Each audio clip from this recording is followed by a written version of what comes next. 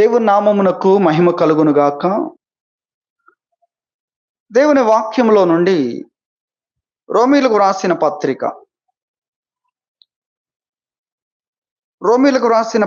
12వ అధ్యాయము.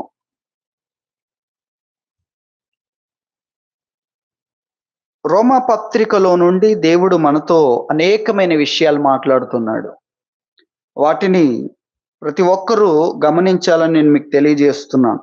రోమా పత్రిక 12వ అధ్యాయము మొదటి వచనాన్ని మనం చూస్తే, కాబట్టి సహోదరులారా, పరిశుద్ధమును దేవునికి అనుకూలమును అయిన సజీవ యాగముగా మీ శరీరములను ఆయనకు సమర్పించుకొనుడని దేవుని వాత్సల్యమును బట్టి మిమ్మును బతిమాలు కొనుచున్నాను. ఇట్టి సేవ మీకు యుక్తమైనది అని దేవుని వాక్యంలో మనం చూస్తున్నాం. రోమాపత్రిక 12వ అధ్యాయం మొదటి వచనమును గురించి ఈ సమయంలో మనం ధ్యానం చేద్దాం. రోమాపత్రిక 12వ అధ్యాయం మొదటి వచనంలోనికి వచ్చేసరికి సేవించుట అనే అంశంలోనికి వచ్చాడు. ఇంతవరకు అనేకమైన విషయాలు తెలియచేశాడు 11 అధ్యాయాల్లో. రక్షణ లేని, దేవునికి దూరమైన జీవితాల నుండి మనము దేవుణ్ణి తెలుసుకొని ఆయన యొక్క ప్రణాళికలోనికి వచ్చి ఇంకా ముందుకు కొనసాగడాన్ని గురించి ఈ 12వ అధ్యాయంలో దేవుణ్ణి ఎలా సేవించాలి అనే విషయాలు ఇక్కడ మాట్లాడుతున్నాడు. దేవుణ్ణి సేవించుట, ఇట్టి సేవ మీకు యుక్తమైనది అనే విషయాన్ని గురించి ఇక్కడ తెలియజేస్తున్నాడు. ఇట్టి సేవ మీకు యుక్తమైనది. ఇక్కడ తెలియపరుస్తున్న విషయం ఏంటంటే, పరిశుద్ధమును దేవునికి అనుకూలమునైన సజీవ యాగముగా మీ శరీరములను ఆయనకు సమర్పించుకొనండి. ఇది దేవుణ్ణి సేవించడం. మీ శరీరాన్ని దేవునికి సమర్పించండి. పరిశుద్ధమును అలాగే దేవునికి అనుకూలమును అయినది ఏంటది? సజీవ యాగముగా మీ శరీరములను ఆయనకు సమర్పించుకొనుండి. సజీవ యాగం అనే విషయాన్ని మనం చూస్తున్నాం. ఇంగ్లీష్లో లివింగ్ సాక్రిఫైస్ అనే మాట మనకు కనబడుతుంది. అలాగే లివింగ్, ఆ సాక్రిఫైస్ అనే మాటకు మరొక మాట లివింగ్ ఆఫరింగ్ అంటాడు. Living offering, give your bodies as a living offering. సజీవ యాగం, సజీవ అర్పణ, దేవునికి అర్పించండి. ఒక కానుకగా దేవునికి మీ శరీరాలను అర్పణగా అర్పించండి అనే విషయాన్ని దేవుని వాక్యం మనకు తెలియజేస్తుంది. కాబట్టి ఇది సరి అయిన సేవ, యుక్తమైన సేవ, ఆత్మ సంబంధమైన సేవ, లేక మీరు చేయవలసిన నిజమైన సేవ ఇదే అని అంటాడు. అలాగే మీరు దేవుడు చూపించిన కృపకు, వాత్సల్యతకు సరిగ్గా స్పందించడం అంటే ఇదే అంటాడు. దేవుడు మీ ఎడల ఎంతో కృపను చూపించాడు, ఎంతో కనికరాన్ని చూపించాడు. అందువలన మీరు ఆయనకు తగిన విధానములో స్పందించాలి. అంటే సజీవ అర్పణగా మీ శరీరాలను ఆయనకు సమర్పించుకొనండి అనే విషయాన్ని దేవుని వాక్యం మనకు తెలియజేస్తుంది. కాబట్టి ఈ అంశాన్ని గురించి కొన్ని విషయాలు మనం జ్ఞాపకం చేసుకుందాం. మన శరీరాలను దేవునికి సమర్పించుకోవాలి. దేవుడు మనల్ని కరుణించాడు. ఆయన మన ఎడల గొప్ప కృపను చూపించాడు. ఒక వెర్షన్లో చెప్తాడు, దేవుడు తన అనుగ్రహము చూపించాడు గనుక మీ జీవితాలని ఆయనకు అర్పించుకొనండి, ఆయనకు ఆనందం కలిగేటట్లు పవిత్రంగా జీవించండి. ఇదే మీరు చేయవలసిన నిజమైన సేవ అంటాడు ఒక వెర్షన్లో. కాబట్టి దేవుడు ఎంతో కృపను చూపించాడు. మనం 11వ అధ్యాయంలో జ్ఞాపకం చేసుకుంది అదే. అందరము అవిధేయత స్థితిలో ఉన్నప్పుడు దేవుడు ఏం చేశాడు? అవిధేయులను శిక్షించుట, అవిధేయులకు ఏం ప్రతిఫలం ఇవ్వాలో అది ఇవ్వలేదు. అది ఇస్తే ఏమయ్యేది? మన పాపానికి జీతం మరణం. మన ఆజ్ఞాతిక్రమం, అవిధేయత అంటే ఏంటి? ఆజ్ఞలను అతిక్రమించాం. దాని జీతాన్ని దేవుడిస్తే మనము ఉండేవారమే కాదు. కాబట్టి దేవుడు ఎంతో అనుగ్రహాన్ని చూపించాడు, ఎంతో కనికరాన్ని చూపించాడు. ఆయన చూపించిన కృపకు మనము నిజముగా స్పందించాల్సిన విధానం ఏంటి అంటే, మన శరీరములను ఆయనకు సమర్పించుకోవడం అనే విషయాన్ని గురించి దేవుని వాక్యము మనకు తెలియజేస్తుంది. ఇందులో మనము అర్థం చేసుకోవాల్సిన అనేకమైన విషయాలు ఉన్నాయి. అయితే ఒక అద్భుతమైన వాక్య భాగాన్ని మనం చదువుకుందాం. దీన్ని ఇంకా అర్థం చేసుకోవడానికి ఒక అద్భుతమైన వాక్య భాగం పేతురు తన మొదటి పత్రికలో తెలియజేస్తున్నాడు. ఆ విషయాన్ని మనం చూస్తే, పేతురు తన మొదటి పత్రిక 2వ అధ్యాయము, పేతురు రాసిన మొదటి పత్రిక 2వ అధ్యాయం 5వ వచనాన్ని మనం చూస్తే, 2వ అధ్యాయం 5వ వచనములో యేసుక్రీస్తు ద్వారా దేవునికి అనుకూలములగు ఆత్మ సంబంధమైన బలులను అర్పించుటకు పరిశుద్ధమైన యాజకులుగా ఉండునట్లు మీరును సజీవమైన రాళ్ల వలె నుండి ఆత్మ సంబంధమైన మందిరముగా కట్టబడుచున్నారు అనే విషయాన్ని చెప్పాడు. మీరు విన్నారో లేదో? మళ్ళీ నేను చదువుతాను, మీరు వాక్యాన్ని చూడండి. తర్వాత మనం ఈ వాక్యంలోని నేర్చుకుంటాం. యేసుక్రీస్తు ద్వారా దేవునికి అనుకూలములగు ఆత్మ సంబంధమైన బలులు అర్పించుటకు పరిశుద్ధమైన యాజకులుగా ఉండునట్లు మీరును సజీవమైన రాళ్ల వలె నుండి ఆత్మ సంబంధమైన మందిరముగా కట్టబడుచున్నారు అని చెప్పాడు. 2 విషయాలు ఇక్కడ ఉన్నాయి. ఒకటి, మీరు సజీవమైన రాళ్ళు. విన్నారు కదా ఆ మాట? మీరెవరు? దేవుని మందిరాన్ని కడుతున్నాడు రాళ్లతో, అయితే అది సజీవమైన రాయి, కదులుచున్న రాయి. ఆ సజీవమైన రాయి నీవే అని చెప్పాడు. అంటే నీవు దేవుని మందిరం. ఒకటి. రెండోది, ఆ మందిరములో పరిశుద్ధ యాజకులుగా ఉండుటకు ఏం చేస్తారు? ఆత్మ సంబంధమైన బలులు అర్పిస్తారు. వారు దేవునికి అనుకూలములకు ఆత్మ సంబంధమైన బలులు అర్పించుటకు పరిశుద్ధమైన యాజకులుగా ఉండునట్లు ఎవరు ఉండాలి? మనమే. మందిరం మన శరీరం. యాజకుడు నీవు, పరిశుద్ధమైన యాజకుడువు. ఎక్కడున్నావు? ఈ శరీరం అనే మందిరం లోపల ఉన్నావు. ఇక్కడ ఏం చేయాలి? దేవునికి అనుకూలములగు ఆత్మ సంబంధమైన బలులను ఈ మందిరములో పరిశుద్ధమైన యాజకునిగా అర్పించాలి. ఎంత వివరంగా ఇక్కడ చెప్తున్నాడు. అక్కడ ఇట్టి సేవ మీకు యుక్తమైనది, మీ శరీరాన్ని దేవునికి సమర్పించండి అంటున్నాడు. అది దేవుని వాక్యములో నుండి మనం నేర్చుకుంటున్నాం. కాబట్టి మన దేహము దేవుని యొక్క ఆలయం, దేవుని మందిరం. ఆ మందిరములో ఉన్న మనము పరిశుద్ధమైన యాజకులుగా ఉండాలి. ఉండి దేవునికి అనుకూలమైన ఆత్మ సంబంధమైన బలులను అర్పించాలి అనే విషయాన్ని చెప్పాడు. ఎంత లోతుగా ఉంది చూడండి. ఇవన్నీ చేయకపోతే మనం జీవించడం ద్వారా అర్థం లేదు. ఇది మనం గ్రహించాలి. మన శరీరాన్ని దేవునికి అర్పించకుండా ఉంటే నీ శరీరముతో జరిగే దాని ద్వారా నీకు లాభం ఏంటి? ఇది ఆలోచించండి. ఈ లోకంలో వెళ్ళేటప్పుడు నీకు లాభం ఏంటి? దేవుని రాజ్యంలో నీకు జీతం ఏంటి? ఈ శరీరముతో నువ్వు చేయాల్సింది ఉంది, అది దేవునికి అనుకూలమైంది. అలా కాకుండా తినుటకే, త్రాగుటకే, ధరించుకోవడానికే, అలాగే సౌకర్యాలను అనుభవించడానికే అని అనుకుంటే దాన్ని అంతటిని కూడా మనం విడిచిపెట్టాల్సి ఉంది, వదిలేయాల్సి ఉంది. నువ్వు జీవించిన జీవితం ద్వారా ఏంటి లాభం? అంతా కూడా ముగిసిపోయింది, అంతా కూడా చరిత్రకు మారిపోతుంది, గతించిపోతుంది.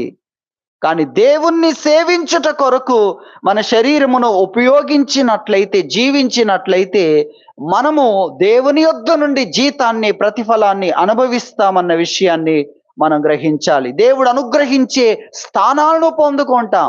దేవుడు ఇవ్వాలి అనుకున్న జీవితంలో అడుగు పెడతాం. అదెంత అద్భుతంగా ఉంటుంది. లేదు, మన శరీరం కొరకే, మన కొరకే మనం బ్రతికితే అంతటిని పోగొట్టుకుంటాం.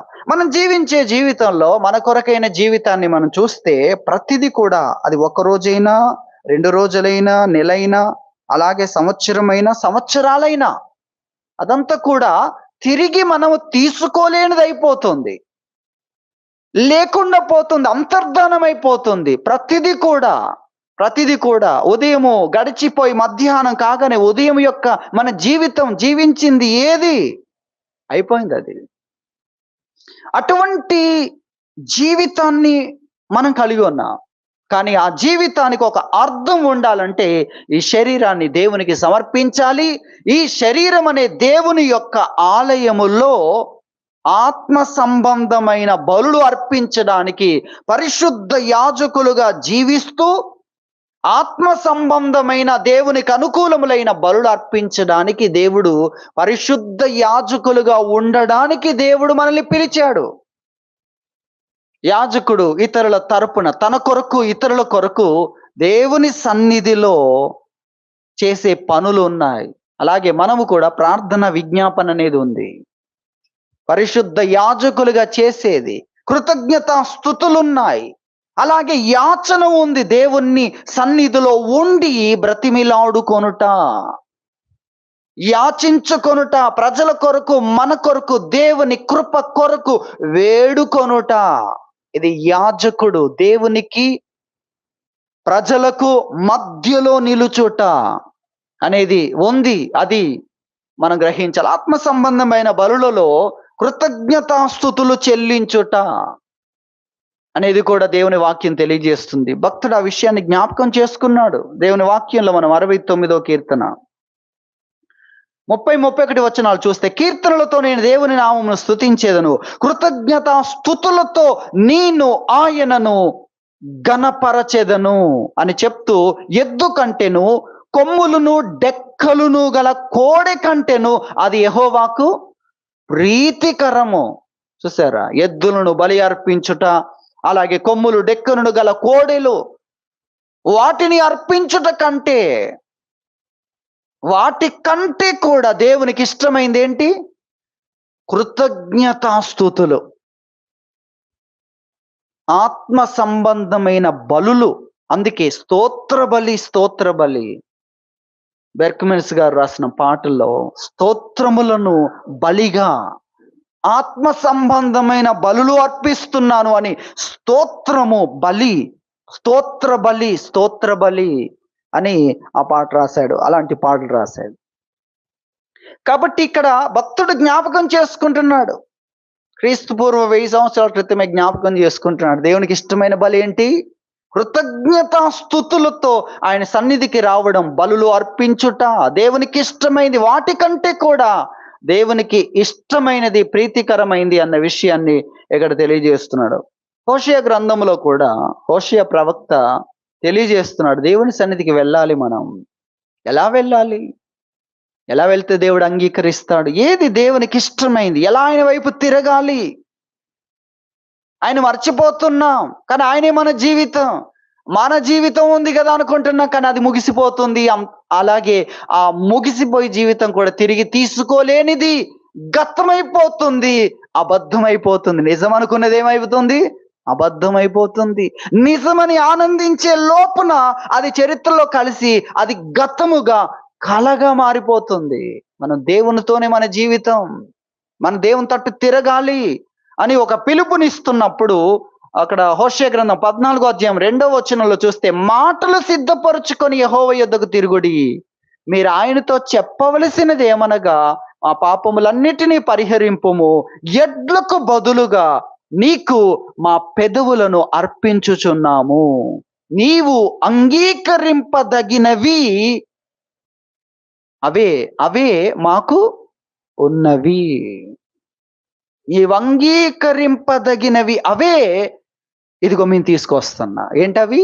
ఎడ్లకు బదులుగా మా పెదవులు అర్పిస్తున్న మీరు ఇది ఆయనతో చెప్పాలి. చూడండి, మనుషుల జ్ఞానాన్ని కోల్పోయినప్పుడు దేవుడే తన ప్రవక్తలను పంపించి ఎలా తన సన్నిధికి రావాలో, ఎలా దేవునితో సమాధాన పడాలో, దేవుడు ఇష్టపడేదేంటో ఆ విషయాలన్నీ కూడా ఇక్కడ తెలియజేస్తున్నట్లుగా మనం చూస్తున్నాం. కాబట్టి మనం గ్రహించాలి, ఆత్మ సంబంధమైన బలులు. ఈ బలులకు ప్రభువు ఈ బలులన్నిటినీ ముగింపు చేశాడు. మనము 1 కొరింథీ 5వ అధ్యాయము 7-8 వచనాలు చదివితే, మీరు పులిపిండి లేని వారు గనక క్రొత్త ముద్ద అవుటకై ఆ పాతదైన పులిపిండిని తీసి పారవేయుడి. పస్కా పండుగ అనేది మనం చూస్తాం. ఆ పండుగలో పస్కా పశువు వధించబడిన తరువాత ఇక ఏం చేస్తారు? పులియని రొట్టెల పండుగ స్టార్ట్ అవుతుంది. మన పస్కా పశువు వధించబడింది గనక మన పాత జీవితం అయిపోయింది. ఇక మనం పండుగ చేయాలి. ఎందుకంటే మన జీవితం ఏమైంది? నూతనమైపోయింది. కాబట్టి పులిసినది కానీ అటువంటిది పారవేయాలి. అది ఉండకూడదు అని ఆ పండుగ చేసే విధానం. ఎందుకు? అక్కడ మన కొరకైన పస్కా పశువు వధించబడింది. మనల్ని నూతనంగా చేయడానికి, నూతన సృష్టిగా చేయడానికి, శాపగ్రస్తమైన జీవితంలో నుండి, అర్థం లేకుండా పోయే జీవితంలో నుండి ప్రతిదీ కూడా అర్థవంతంగా మారుట కొరకు, సమస్తాన్ని నూతన పరుచుట కొరకు, మన కొరకు పస్కా పశువు మన యొక్క శాపమునంతటిని, అర్థము లేకుండా పోయే మన జీవితం యొక్క శాపమంతటిని భరించినది ఆ పశువు. పస్కాలో వధించబడే ఆ పశువు చనిపోయింది. మన భారమంతా తొలగిపోయింది. మన పాత జీవితం అంతా తొలగిపోయింది. కాబట్టి యెహోవా క్రొత్త పండుగ చేయుట అనగా పులియని రొట్టెల పండుగ అనేది. అందుకే ఇక్కడ తెలియజేస్తున్నాడు ఆ విషయాన్ని. మీరు పులిపిండి లేని వారు గనక క్రొత్త ముద్ద అవుటకై ఆ పాతదైన పులిపిండిని తీసి పారవేయుడి. ఇంతేగాక క్రీస్తు అను మన పస్కా పశువు వధింపబడెను గనుక, చూడండి ఎంత అద్భుతంగా రాశాడు. గనుక పాతదైన పులిపిండితోనైనను, దుర్మార్గతయు దుష్టత్వమునను పులిపిండితోనైనను కాకుండా నిష్కాపట్యమును సత్యమును అను పులియని రొట్టెతో పండుగ ఆచరింతము అని జీవితానికి సంబంధించిన విషయాన్ని ఇక్కడ తెలియజేస్తున్నాడు. ఏలయనగా లేక క్రీస్తు అను మన పస్కా పశువు వధింపబడిన గనుక పాత పులిపిండితోనైనను దుర్మార్గత దుష్టత్వము అను పులిపిండితో కాకుండా నిష్కాపట్యము సత్యము అను పులియని రొట్టె. అక్కడ నీడగా చేస్తున్నారు. ఈ రొట్టెలు ఇవన్నీ నీడ, అసలైంది జీవితం. పులియని రొట్టెగా వారు నీడగా చేస్తుంటే, అసలైంది ఏంటంటే నీ హృదయంలో నుండి కపటము, మోసం అన్న దాన్ని తొలగించి నువ్వు క్రొత్త వ్యక్తిగా నిష్కాపట్యము సత్యము అనే జీవితముతో ఆ పులిని రొట్టెతో పండుగ ఆచరించాలి అనే విషయాలు ఇక్కడ మనకు జ్ఞాపకం చేస్తున్నాడు. కాబట్టి మనము ఏ విధంగా దేవుణ్ణి సేవించాలో ఆ విషయాలను మనకు తెలియజేస్తున్నాడు. మన శరీరములను దేవునికి సమర్పించాలి, సజీవమైన అర్పణగా దేవునికి సమర్పించాలన్న విషయాన్ని మనం గుర్తించాలి. మన శరీరం ఉన్నంత వరకు అపవాది మన మీద యుద్ధం చేస్తూ ఉంటాడు. శరీరాన్ని ఆధారం చేసుకొని వాడు ఎందుకు మన మీద యుద్ధం చేస్తున్నాడు? వాడు ఎందుకు మనం శోధిస్తున్నాడు? వాడు ఎందుకు మనకు విరోధిగా ఉండి నిరంతర పోరాటం అనే దాన్ని చేస్తున్నాడు? అంటే శరీరం ఉంది. దేవుడు మన కొరకు చేసిన ఏర్పాట్లను బట్టి కాదు, దేవుడు ఎంతగా మనకు సహాయం చేయాలని ఎంత శ్రద్ధ తీసుకుంటున్నాడో దాన్ని బట్టి కాదు, దేవుడు మన పట్ల కలిగి ఉన్న తలంపులు ఇవన్నీ కూడా వారిని నిరాశపరిచేవే. దేవుడే ఉన్నాడు వారి కోసం. అలాగే దేవుని తలంపులు చాలా గొప్పగా ఉన్నాయి. అవన్నీ చేయడానికి ఆయన ఒక మాట చెప్తే జరిగిపోతుంది. ఇంతగా ఉన్నవాడు ఎందుకు మనల్ని శోధించాలని చివరి వరకు ప్రయత్నం చేస్తున్నా అంటే శరీరం ఉంది. ఈ శరీరముతో కొన్ని ఆశలు నేను కలిగించవచ్చు, ఈ శరీరముతో మనస్సును, ఈ శరీరముతో జీవితాన్ని, అంతరంగాన్ని, ఆంతర్యాన్ని చెరపట్టొచ్చు అని కన్నులతో, అలాగే చెవులు వినికిడి వినాలి. ఏం వినాలి? ఏం వినాలండి? వాక్యం కొద్ది సమయం వినేసరికి ఇక చాలు. కొన్ని విషయాలు గంటలు గంటలు వింటుంటారు. ఆ ముచ్చట్లు ఒడవవు.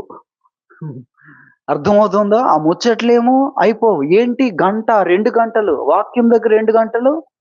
ఆ చెవులు నుండి దురద చెవులు దేనికి? వాక్యానికి, సత్యానికి, నేర్చుకునే విషయాలకు.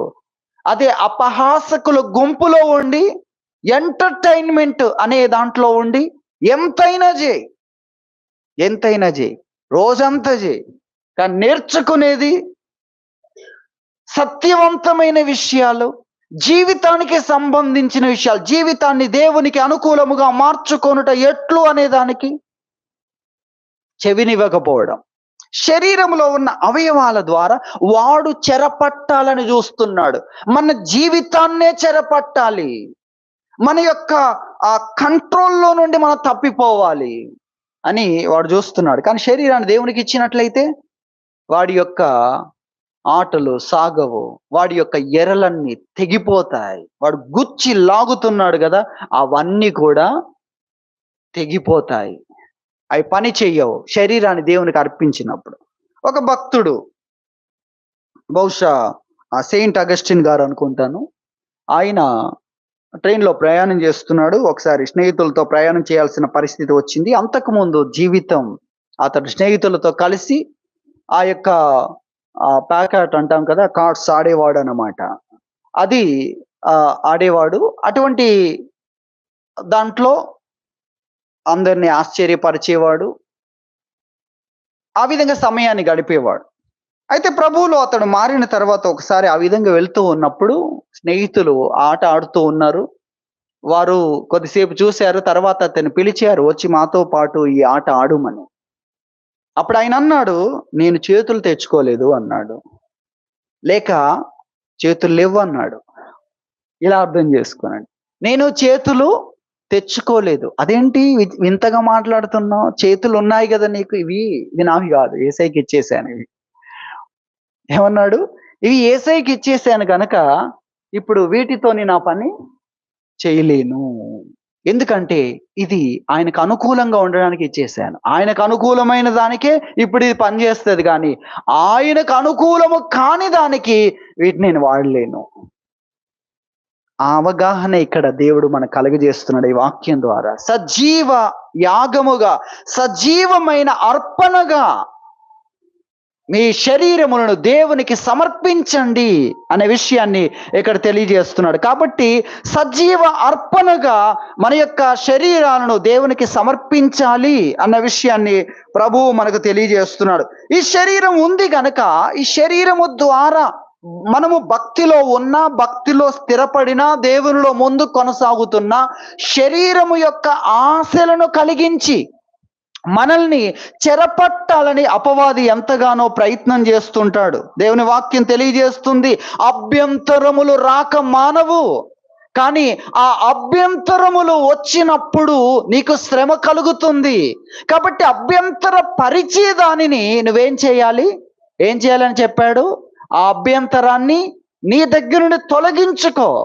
కన్నులు నిన్ను అభ్యంతర పరిస్తే, చేతులు నిన్ను అభ్యంతర పరిస్తే, పాదములు నిన్ను అభ్యంతర పరిస్తే, ఇదిగో వీటి ద్వారా అభ్యంతరం కలగజేస్తున్నాడు.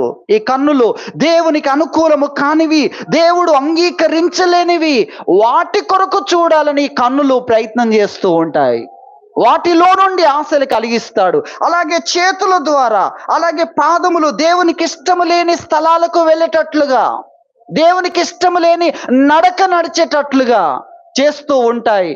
అప్పుడు ఇది దేవునికి ఇష్టం లేదు, ఈ మార్గం ఇటువైపుగా వెళ్ళడం దేవునికి ఇష్టం లేదు. ఈ చేతులతో దేవునికి ఇష్టం లేని వాటిని నేను తాకలేను, వాటిని నేను ఆశించలేను, నేను అవి కావాలనలేను. అలాగే దేవునికి ఇష్టము లేని వాటిని నేను చూడలేను, అలాగే నేను కోరుకోలేను. అలా మన శరీరమును దేవునికి సమర్పించాలి అన్న విషయాన్ని గురించి దేవుని వాక్యం మనకు తెలియజేస్తుంది. ఈ విషయాన్ని మనం గ్రహించాలి. అందుకొరకు దేవుని వాక్యములో ఆ విషయాలను మనం చూస్తున్నాం. ఈ శరీరంలోని జరిగే విషయాల్లో మనం చూసినట్లయితే, శరీరము ద్వారా జరిగే విషయాల ద్వారా మనల్ని దేవునికి దూరం చేయాలని, తిరిగి శాపగ్రస్తమైన స్థితిలో దేవుని చేతనే కొట్టబడే స్థితికి రావాలని యెషయా గ్రంథం 1వ అధ్యాయంలో అదే విషయాలు ప్రభువు తెలియజేస్తాడు. ఎందుకు నా ఆజ్ఞలు మీరి నా నా చేత దీవించబడాల్సిన మీరు నా చేత ఎందుకు గాయాలు పొందుతున్నారు, కొట్టబడుతున్నారు అంటాడు.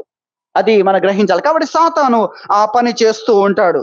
మనం మత్తయి సువార్త 5వ అధ్యాయంలో చూసినట్లయితే, 5వ అధ్యాయములో ఇక్కడ నోటి ద్వారా జరిగే దాని గురించి చూడండి. మత్తయి సువార్త 5వ అధ్యాయము 22వ వచనములో మనం చూస్తే, నేను మీతో చెప్పినదేమనగా, తన సహోదరుని మీద కోపపడి ప్రతివాడు విమర్శకు లోనగును, తన సహోదరుని చూచి వ్యర్థుడా అని చెప్పువాడు మహాసభకు లోనగును, ద్రోహి అని చెప్పువాడు నరకాగ్నికి లోనగును.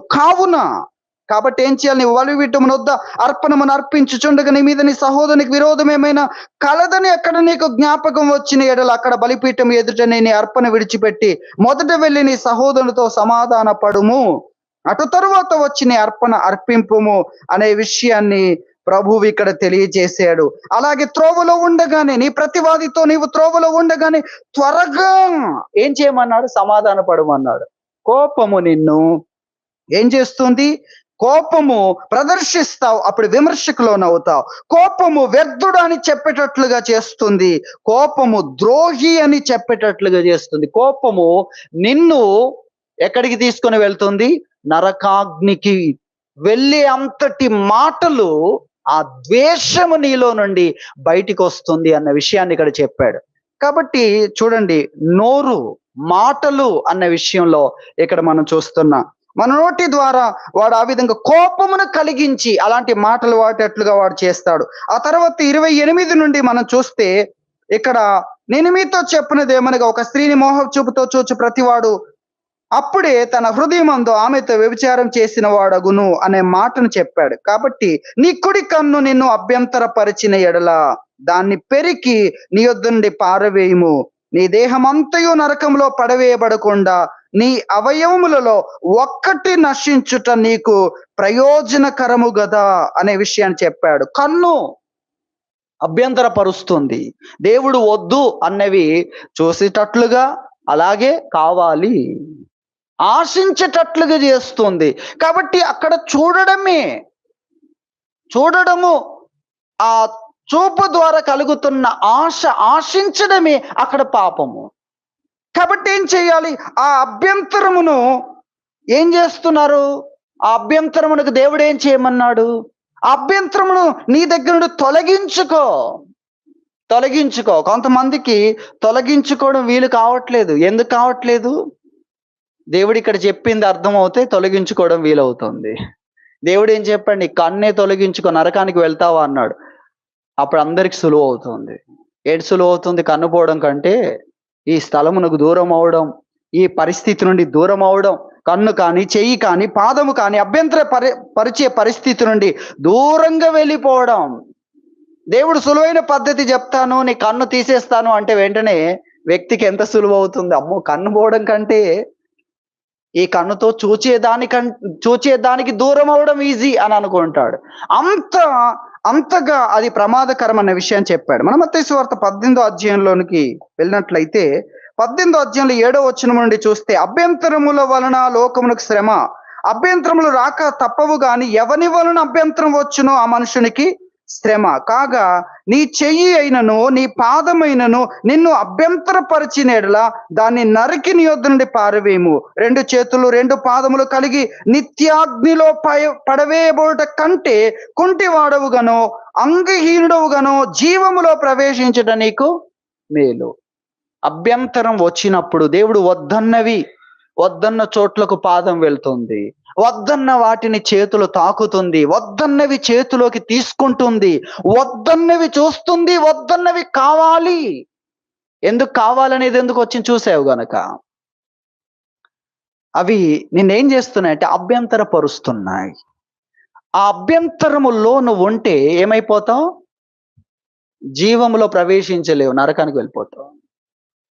ఈ అభ్యంతరము, కన్ను కోసమైన అభ్యంతరం, చెయ్యి కొరకైన అభ్యంతరం, అలాగే పాదములు ఆగట్లేదు. ఎక్కడికి? దేవుడు గ్రీన్ సిగ్నల్ ఇచ్చిన విషయాలేనా? ఈ శరీరాన్ని దేవునికి ఇవ్వు. దేవుడు నేను ఒక అద్భుతమైన స్థితిలోకి తీసుకొచ్చాడు ఇప్పటి వరకు. ఈ 11 అధ్యాయాల్లో మనం నేర్చుకున్న విషయాల్లో ఇక్కడ సేవించుట, సేవ చేయుట, ఆయనకు అనుకూలమైన ఆత్మ సంబంధమైన బలులర్పించుట అన్న స్థితిలోనికి దేవుడు మనం తీసుకొచ్చాడు అన్న విషయాన్ని దేవుని వాక్యములో నుండి మనం చూస్తున్నాం. కాబట్టి మన శరీరములను దేవునికి సమర్పించుకోవాలి అన్న విషయాన్ని ప్రభువు మనకు తెలియజేస్తున్నాడు. శరీర కార్యాలను గురించి కూడా మనం చూద్దాం. 1-2 విషయాలు మీకు జ్ఞాపకం చేస్తాను. దేవుని వాక్యంలో గలతీ పత్రిక 5వ అధ్యాయము 5వ అధ్యాయంలో 19వ వచనం నుండి మనం చూస్తే శరీర కార్యములు స్పష్టమై ఉన్నవి. ఇవి శరీరం యొక్క కార్యాలు. శరీరం ఎక్కడుంటే ఆ శరీరము వీటి కోసము ఆశపడుతుంది, వీటిని చేయాలనుకుంటుంది, వీటి కొరకు పని చేయడం మొదలు పెడుతుంది. శరీరాన్ని అనుసరించే ఒక మనసు ఉంది, అది వీటి కొరకు ప్రేరేపిస్తుంది, వీటి కొరకు మనం ప్రేరేపిస్తుంది. ఆ కార్యాలు మనం చూస్తున్నాం, శరీర కార్యాలు. వీటన్నిటి గురించి చెప్పాడు. శరీర కార్యాలు స్పష్టం. అవేంటి? జారత్వము అనే విషయాన్ని చెప్పాడు. లైంగిక పరమైన అపవిత్రత, జారత్వము. దేవుడు చెప్పిన విధానం ఒకటి ఉంది, స్త్రీ పురుషులకు సంబంధించిన విధానం ఒకటి ఉంది. అదేంటంటే వివాహము. ఆ యొక్క విలువలను అంగీకరించకుండా మనుషులు చేసే దాన్ని గురించి మనం చూస్తున్నాం. వివాహం యొద్దకు రాకుండా మనుషులు, పురుషుడు స్త్రీ పట్ల ఉన్న ఆశను, స్త్రీ పురుషుని పట్ల ఉన్న ఆశను వివాహం దగ్గరికి రాకుండా చేసే పనులన్నీ జారత్వం అని చెప్పబడుతున్నాయి. అనేకులు అక్కడ ఏం చేస్తున్నారు? రాజీ పడుతున్నారు. అభ్యంతరం రాగానే దాన్ని తొలగించుకోమన్నాడు. లేదంటే ఏం జరుగుతుంది? ఇదిగో నీవు నరకానికి వెళ్ళాల్సి వస్తుంది అన్న విషయాన్ని చెప్పాడు. శరీరాన్ని దేవునికి ఇచ్చినట్లయితే మనం కూడా అలా చెప్తాం, నేను శరీరాన్ని దేవునికి ఇచ్చాను, ఆయనకు అనుకూలములకు విషయాల కోసమే ఈ శరీరం పనిచేస్తుంటుంది.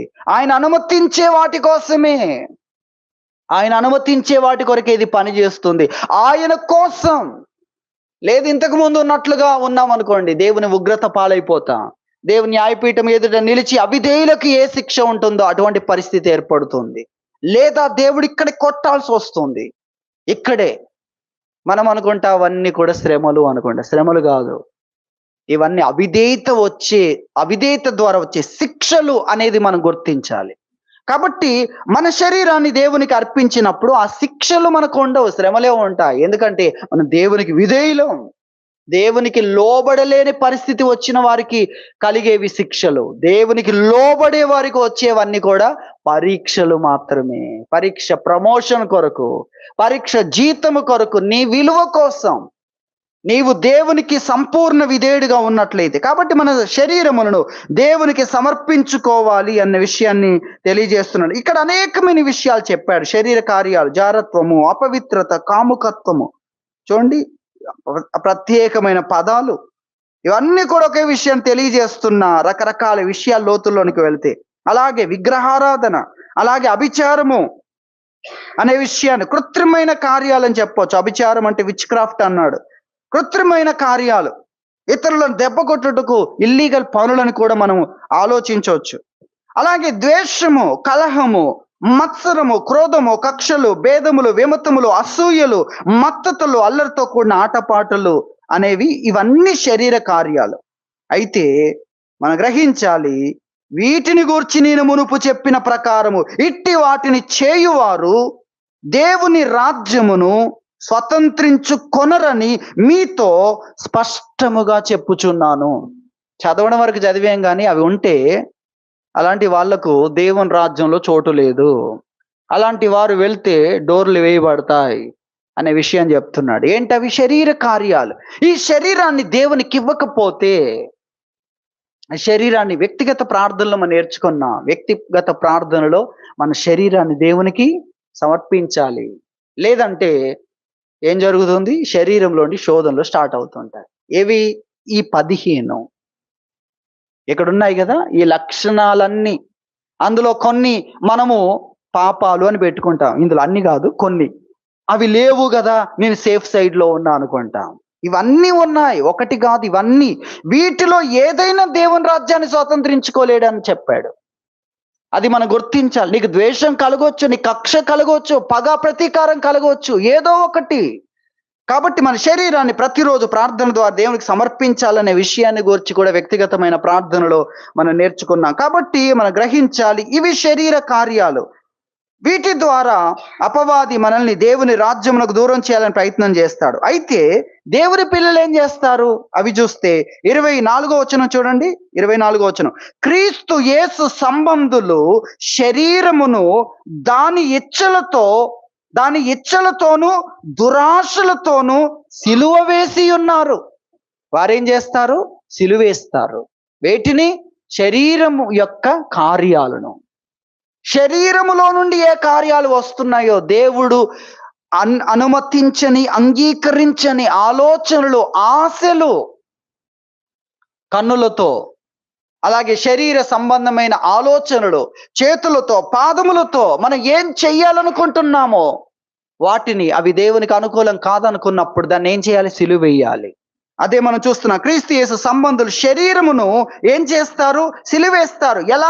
దాని ఇచ్చలతో కలిపి, దాని దురాశలతో కలిపి సిలువ వేయుట, సిలువ వేసి ఉన్నారు అన్న విషయాన్ని మనం చూస్తున్నాం. కాబట్టి శరీరమును దేవునికి ఇవ్వకపోతే, అర్పించకపోతే ఈ శరీరము ద్వారా సాతాను శోధిస్తాడు. ఆ విధంగా అనేకులు భక్తులుగా ఉన్నా కూడా ఏమైపోయారు? దేవునికి ఇష్టం లేని పనులు చేశారు. ఎందుకు? శరీరం. దాన్ని దేవునికి ఇవ్వలేదు, దాన్ని సిలువ వేయలేదు, దాంట్లో నుండి దురాశలు వస్తున్నాయి. దాంట్లో ఏంటా కార్యాలు? ఇదిగో మనం చదువుకున్నాం, 15 కార్యాలు మనం చూసాం. కాబట్టి మనం గ్రహించాలి, ఇవన్నీ శరీరములో నుండి కలిగే విషయాలు, అవన్నీ కూడా మనం సిలువ వేయాలి. మన శరీరమును సజీవ యాగముగా, సజీవమైన అర్పణగా మన శరీరాన్ని దేవునికి అర్పించుకున్నట్లయితే సాతాను యొక్క అభ్యంతరాల్లో మనం పడిపోతే ఇట్టి వాటిని చేయువారు ఏమవుతారు?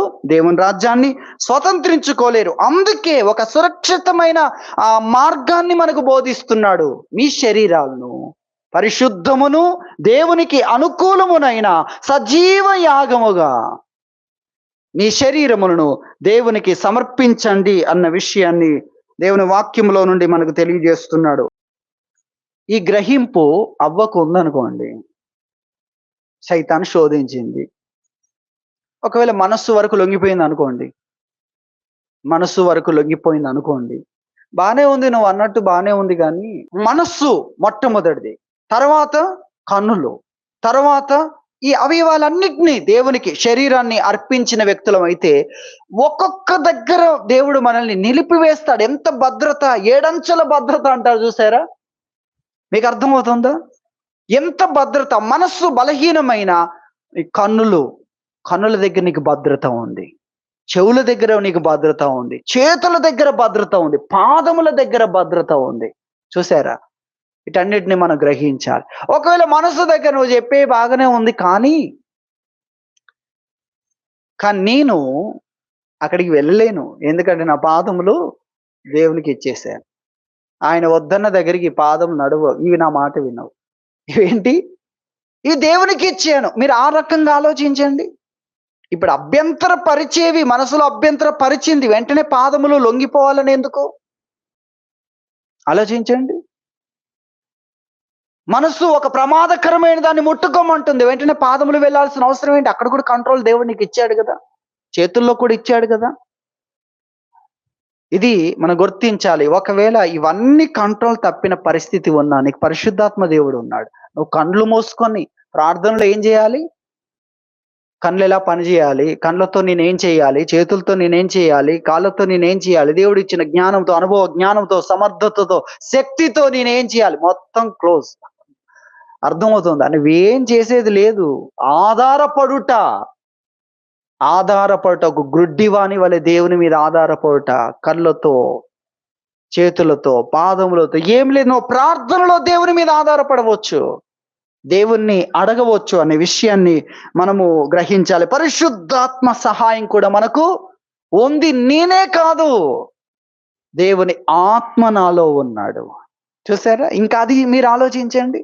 నేనే కాదు, నా స్పృహలో ఉండి నేను చేసేదే కాదు, నా స్పృహ కోల్పోతున్నా నేను బలవంతున్నే. నాకు ఇంకొకటి ఉంది. ఏంటది? విశ్వాసం. మానవ జ్ఞానానికి మించిన ఆ యొక్క స్పిరిచువల్ సెన్సెస్ కూడా ఉన్నాయి నాకు. అదెంత ఆశ్చర్యం చూడండి, అదెంత ఆశ్చర్యం. మానవ జ్ఞానానికి మించిన విషయాలకు సంబంధించిన విశ్వాసం నాకు ఉంది. నా చేతులు పని చేయలేకపోయినా, కాళ్ళు పని చేయలేకపోయినా, స్పృహ తప్పిపోతున్నా, మరణములో మన నిరీక్షణ చూడండి. మరణంలో దేవుడు నా కోసం అన్ని ఏర్పాట్లు చేశాడు. వెంటనే నేను దేవుని సన్నిధిలో ప్రత్యక్షం అవుతాను. ఈ క్షయిత అక్షయితను ధరిస్తుంది. లేదా దేవుడు నా కొరకు ఏర్పాటు చేసిన జీవితంలో నేను అడుగు పెడతాను. మరణము ఒక డోర్, ఆ డోర్ తర్వాత నా అసలైన జీవితం, దేవుడు నశించని జీవితాన్ని నా కొరకు ఏర్పాటు చేశాడు. ఇదంతా ఎక్కడి నుండి వచ్చింది చూడండి. ఇది దేవుడు మనకు అనుగ్రహించిన విశ్వాస సంబంధమైన జీవితం. ఆ యొక్క విశ్వాసం దేవుని మాట మీద, ఆయన శక్తి మీద ఆధారపడుతుంది. విశ్వాసం గాల్లో కాదు, దేవుని మాట. ఆయన మాట పలికితే అలా జరిగి తీరుతుంది. అది మనం చూస్తున్నాం. కాబట్టి మనం గ్రహించాలి, దేవుడు ఎంతగా ఎలాంటి భద్రత మనకు అనుగ్రహిస్తున్నాడు. సాతాను కనుల ద్వారా, చెవుల ద్వారా వేరే వాటి మీద ఆసక్తిని కలిగించి అక్కడి నుండి నెమ్మదిగా వాడికి ఎన్నో కుట్రలు కుతంత్రాలు ఉన్నాయి. కానీ దేవుడు వీటన్నిటినే కాదు, ఆయన వాక్యమే మనలో ఉండడం కాదు, పరిశుద్ధాత్మగా ఉండి ఆయన మనతో మాట్లాడడం, ఆయన సమయోచిత సహాయం అంటే సమయానికి కావలసిన వాక్యాన్ని నీవు విన్న దాంట్లో నుండి బయటికి తీసుకురావడం చేస్తున్నాడు. ఎవరది? పరిశుద్ధాత్మదే. ఇన్ని రకాలైన సహాయం మనకు ఉంది. కాబట్టి ఇక్కడ మనం గుర్తించాలి, మన శరీరమును ప్రభువునకు సమర్పించుకున్నప్పుడు అపవాది యొక్క కుట్రలు అవి మన పట్ల జరగవు, నెరవేరవు. దేవుడు మన కొరకు ఉన్నాడు, మన దేవుని కొరకు ఉన్నా, అయినా వాడి పోరాటం ఆగట్లేదు. ఎందుకో తెలుసా? నీకు శరీరం ఉంది, శరీర కోరికలు స్పష్టంగా ఉన్నాయి. ఏంటవి? ఇదిగో మనం చదువుకున్నా, కానీ మనం చదువుకున్నట్లు లేదు. శరీర కోరిక అంటే ప్రతి వ్యక్తి శరీరంలో కలిగే సహజమైన కోరికలు. ఆ 15 లక్షణాలు ఇక్కడ ఏదైతే చదివా, ఒక్కొక్కటి ప్రతిరోజు మనం ఎదుర్కొంటున్నదే. ఆ రూపంలో మీరు చదవండి, ఆ రూపంలో మీరు చదివితే ఇవన్నీ ప్రతిరోజు సహజంగా మీరు ఎక్కడ వ్రాయబడినట్లు చదువుతున్నారు, కానీ లోపల ఉన్న దాన్ని, శరీరంలో కలిగే ఆశను చూడండి, అది ప్రతిరోజు మనకు ఎదురవుతుంది. ఆ ఎదురయ్యేది దేవునికి అనుకూలంగా కాదు, దేవునికి అనుకూలం కాని విధానములో ఆశిస్తుంది. అది ఇక్కడ సమస్య. మీకు అర్థమవుతుందా? దేవునికి అనుకూలము కాని విధానంలో నడిపిస్తుంది. అనుకూలమైన విధానం కోసం కాదు, ఆశను కలిగించి ఆ ఆశను దేవునికి అనుకూలము కాని విధానంలో అది తీసుకువెళ్తుంది అన్న విషయాలు మనం గ్రహించాలి. కాబట్టి శరీరమును దేవునికి అర్పించి, శరీరంలో దేవునికి ఇష్టమైంది జరగాలి. ఆ జీవితానికి విలువ ఉంది, ఆ జీవితానికి జీతం ఉంది. దాన్నే భక్తి అంటారు. అంటే దేవుడు అంగీకరించగలిగిన పనులు. నేను విశ్వసిస్తూ ఉంటే, నేను ఆయనకు అనుకూలమైంది నా శరీరంలో చేస్తూ ఉంటే, నాకేమివ్వాలో ఎవరు ఏర్పాటు చేస్తున్నారు? ప్రభువు. నీకేమివ్వాలో దేవుడు చూసుకుంటున్నాడు. అక్కడ అన్ని కలిగిన వాడు. నీవు చూసుకోవాల్సింది ఏంటి? ఆయన యందలి విశ్వాసముతో నీ శరీరాన్ని ఆయనకు అర్పించి, శరీరములో ఆయనకు అనుకూలమైన దాన్ని చేయి. ఆయనకు అనుకూలమైంది శరీరంతో దేవుడు ఏం చేయమంటున్నాడో దాన్ని చేయడం మీద మన మనసు ఉంచాలి అన్న విషయాన్ని మనం గ్రహించాలి. భక్తులైన అనేకులని శరీర అవయవాల ద్వారా దేవునికి ఇష్టం లేని వాటిని ఆశించేటట్లు చేసి, దేవునికి ఇష్టం లేని వాటిని చూసేటట్లుగా చేసి, దేవునికి ఇష్టం లేని పదాలను ఉపయోగించేటట్లుగా చేసి, ఎంతగా దేవుని శిక్షకు, దేవుని నుండి దూరం కావడానికి, దేవుని చేత కొట్టబడడానికి అభ్యంతరాలను ఎక్కడి నుండి కలిగాయి? మనస్సులో నుండి, శరీర అవయవాల్లో నుండి. వీటన్నిటిలో దేవునికి ఇష్టమైన వాటిని మనం చేయడానికి కొరకు మన శరీరాన్ని దేవునికి సమర్పించుకోవాలి అన్న విషయాన్ని ప్రభు మనకు తెలియజేస్తున్నాడు. ఆయనకి ఇష్టం లేనివి కలిగినప్పుడు మనం సిలువ వేయాలి వాటిని. ఆ దురాశలను, దేవునికి అనుకూలము కాని విషయాలన్నిటిని కూడా మనం ఏం చేయాలి? సిలువ వేయాలి. అవన్నీ బాగున్నట్లు కనిపిస్తాయి, బాగున్నట్లుగా కనబడతాయి. వాటి ద్వారా నువ్వు మరణానికి గురవుతావు. కానీ దేవుడు చెప్పిన దాని ద్వారా నువ్వు నిత్య జీవాన్ని, దేవుడిచ్చే బహుమానాలను, దేవుడిచ్చే అద్భుతమైన జీవితాన్ని నువ్వు సొంతం చేసుకుంటావు. అది మనం గుర్తించి మన శరీరాన్ని దేవునికి అర్పించి ఆయనకు అనుకూలమైన వాటిని ఈ శరీరములో నెరవేర్చేవారుగా ఉండాలని ప్రభు మనకు తెలియజేస్తున్నాడు. దేవుడి వాక్యం దీవించును గాక. ప్రార్థన చేసుకుందాం.